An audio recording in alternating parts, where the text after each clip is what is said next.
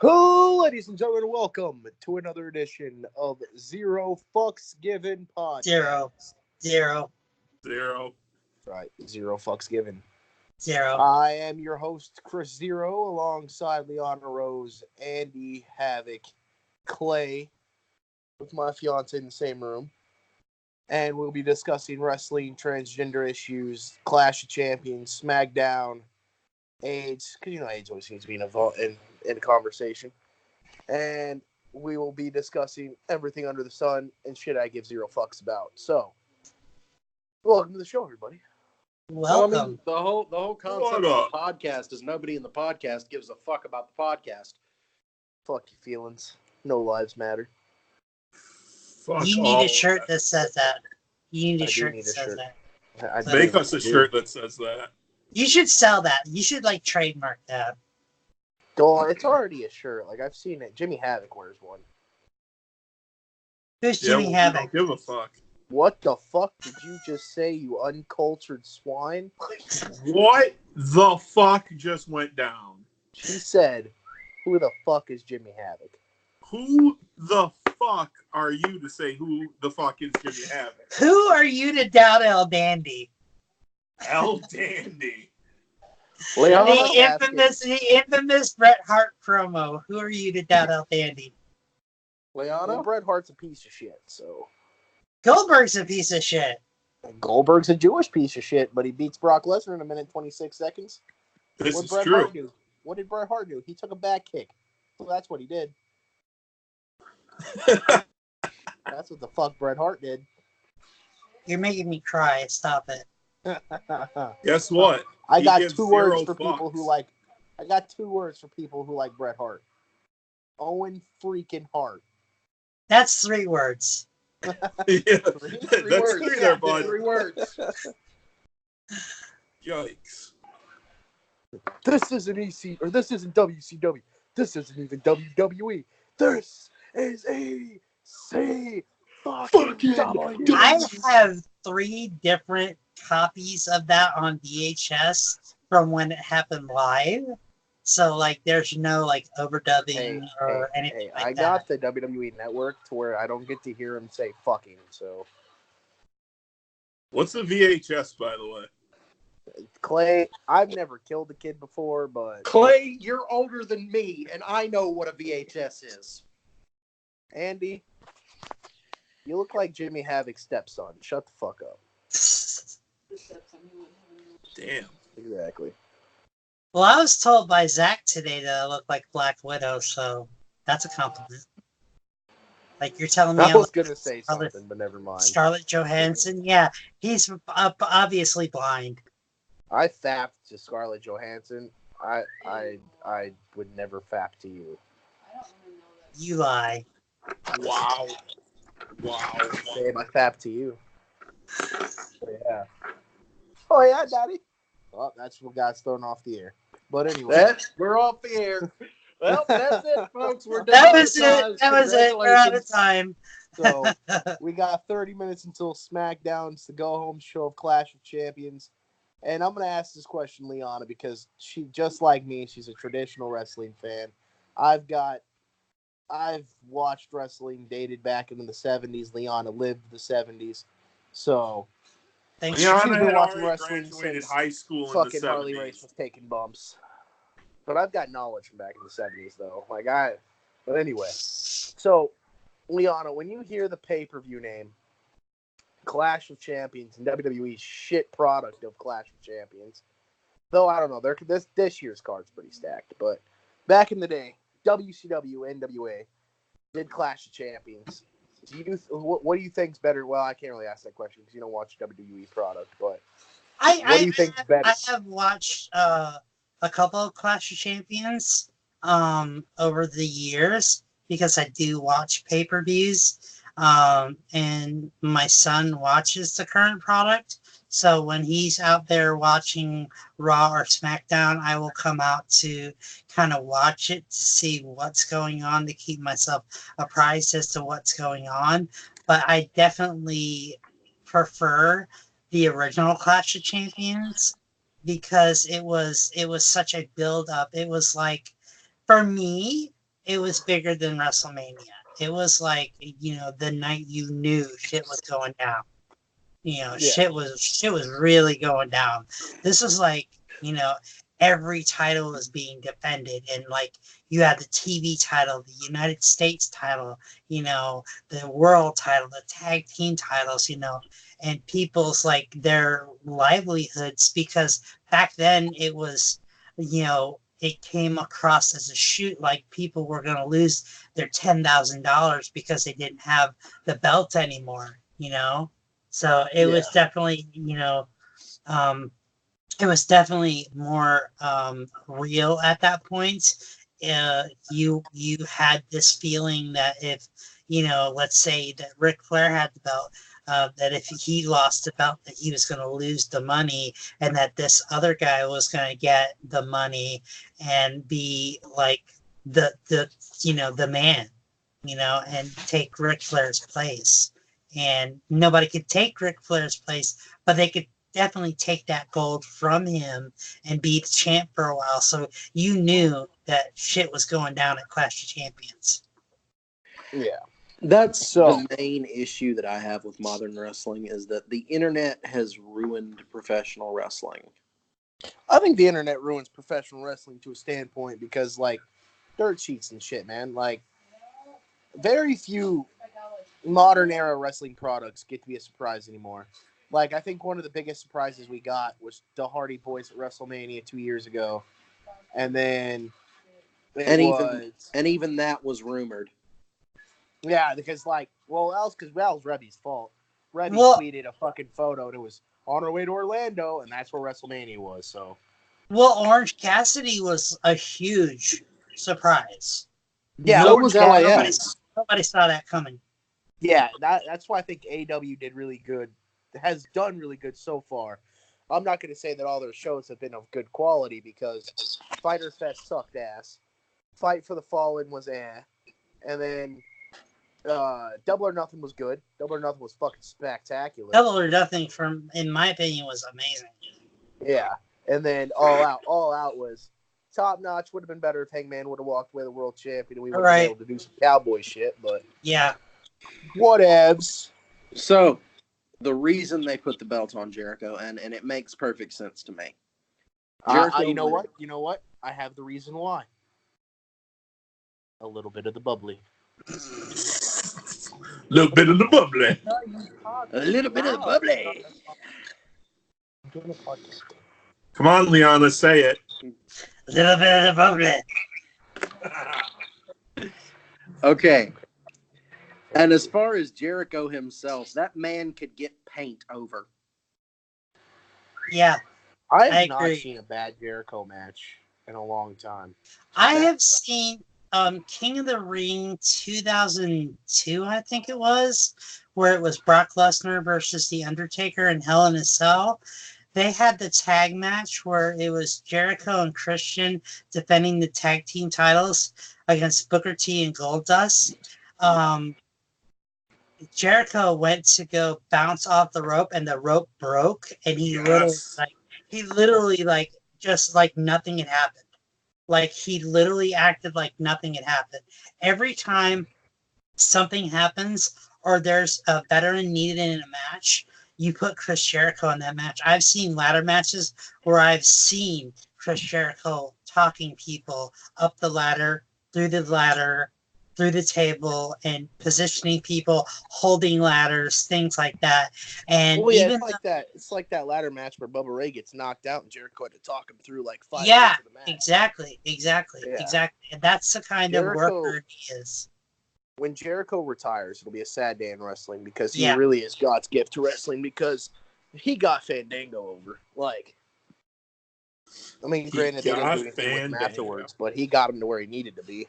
Right. Like, if you can get a ballroom dancer over, and you can get a potted plant over, and you can get a clipboard over. He got a clipboard, a scarf. Here's the thing: is that Perry Saturn couldn't get a mop over. Jericho would have gotten that mop over. Jericho Don't would've- shit talk Moppy. Yeah, don't shit talk Moppy. Moppy didn't do anything to us. Jeez. Okay, wait. Which Moppy are we talking about? Are we talking about the E-Fed Moppy or the WWE Moppy? WWE The Moppy. WWE Moppy. We're talking about the one that Perry Saturn made love to every night. The one that he finally put in the wood chipper? Yes. And let's talk about this, all right? Moppy and Katie Vick are in a better place. Yes, lost to the Katie annals of Vick. time, except when dumbasses like you bring them up. That Katie Vick storyline was horrible. That It was way terrible. too far. Listen, Wait. Kane fucked Katie Vick's brains out that night. Wait, hold on. You know, we can't even get somebody to blade on TV anymore. Where the fuck is the Vince that thought that was a good fucking story? Like, I want to talk to that Vince McMahon. Yeah, Holy I shit. wonder if Triple H came to him with that idea and said, "Hey, here's what you're gonna do." No, hold on, you're doing it wrong. Hey, this is what we're gonna do. We gotta take this dead body. We gotta have Well, this is going to take the rest of the show. Ripper the Shalom. That's such good shit, pal. Fucking hell. Who just did that, Vince McMahon? That was me. That was Andy. That was amazing.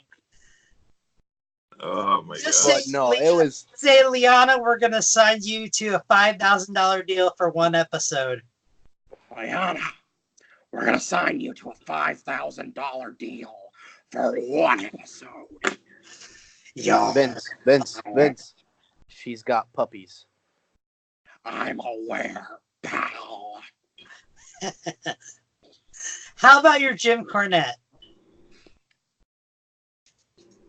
Motherfucker, what the fuck are we doing here? God damn it, I'm about sick of fucking... I think my favorite Jim Cornette thing got him kicked off MLW recently. Sammy Callahan spit on Cornette, and Cornette came flying down that ramp, tennis racket in hand. He threw the tennis racket at Callahan. Yeah. And then he got on the mic. That stupid motherfucker, blah, blah, blah, blah. He was cussing Sammy up one side and down the other. He is a transphobic, homophobic piece of shit. Oh, Cornette? Yes. Yeah. Well, Liana, tell us how you really feel about the situation. And so I will tell you, I loved Jim Cornette. All but worshiped the ground he walked on, and then he said what he said about Sonny, and said what he said about Nyla? No. Fuck you, Jim Cornette. Now, is there a I relation do there, feel Liana like- Rose and Nyla Rose? No, unfortunately, she's not. She is my trans sister, but she's not any relation, unfortunately. I do feel like AEW is going to have a slight backlash if Nyla wins the world title. It's Not already because she's happening. trans, Oh my not because god. she's trans, but for the fact that everyone feels like they're appealing to the trans community by putting the belt on Nyla, and it's not being put on Nyla based for her skill. Okay, so I'm gonna say it honestly. Okay, I've watched every show but Fighter Fest. Nyla cannot. Okay, I am a trained wrestler. I'm a retired wrestler. Nyla can't work. Nyla is way too stiff, and Nyla does not deserve to have the title on her yet. I love her. I don't think. I love her. I want her to be a good advocate for the trans community. I want her to have that title, but she's not ready for it yet. I really don't want Rio to take it because they only put her in that match because she slept with Kenny Omega. Yeah. That match was a fucking snore fest at All Out. I hated that match with Rio. That match, the ending was shit. The match was shit. Like, that was the one match where I was like, fucking AEW, come on. Like, I think I almost fell asleep during that match for real. and I like women's wrestling. Like, my fiance desperately fucking hates Bayley. She wants Bayley to get hit by a car. But, like, I liked the Toni Storm matches from TakeOver. I like Rhea Ripley. I like Shayna Baszler.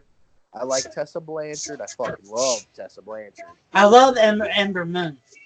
Yeah, Ember Moon's good. I like who's that other woman AEW's got? Britt Baker. Yeah, bro. Oh my god, that bitch has got skill. Dr. Britt Baker. Yeah, sorry, Dr. Britt Baker. She is a legit dentist. She can play with my mouth anytime she wants. Speaking of playing, I would eat Lacey Evans' ass like a cupcake. Fucking hell. Well, that is where I draw the line. Content. Well, it's official. We've drawn into the mature content era. Thanks, Leon. You got me shut kicked off air. But if we're discussing Throw me this, off here. I dare you. If we're discussing this, Jordan Grace can sit on my face any day of the week. I would have Hangman suck Page's on babies. Jordan Grace's farts. I would have Hangman Page's babies. Of course you would. I fucking love Hangman Page. You can ask Andy. I have had a thing for Hangman since he was just Adam Page. Connor's into some real cowboy shit. Let's put it that way. Will No, you he ride just reminds Hunter me a Horse lot Helmsley? of Barry Windham. Hunter He Horse reminds me a lot Helmsley. of Barry Windham. He does. He does. He reminds me a lot of Barry Windham. And Yeah. I love Barry Windham. Barry Windham was a hard worker. He was cowboy shit. Like He was. He was Hangman Page before Hangman Page was cool. I mean, so I watched All Out with my father. Well, hold on. Before we even get to that, I just want to throw out there. I did a show with Golden Boy 3 years ago, and now he's working with AEW. Us colleague people have a fucking way to go now. And one day I will be able to say at a commentary table, Buckshot Larry.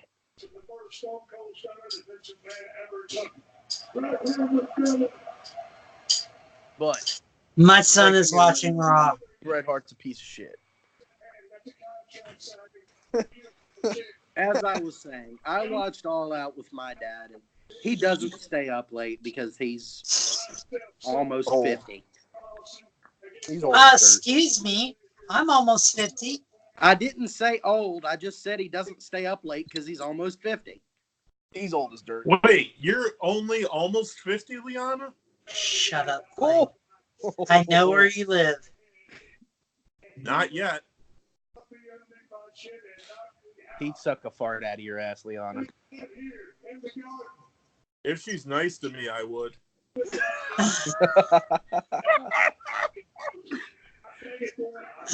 And the title of the podcast is Zero Fucks Given.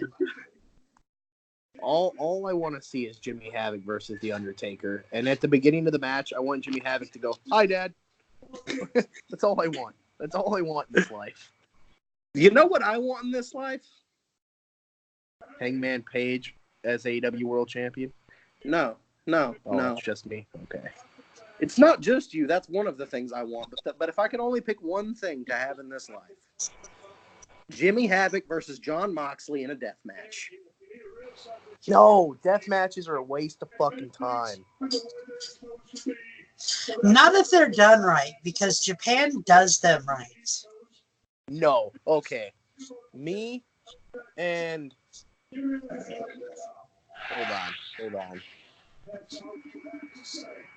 Hold on. I gotta cut this episode short. I'll call you guys back.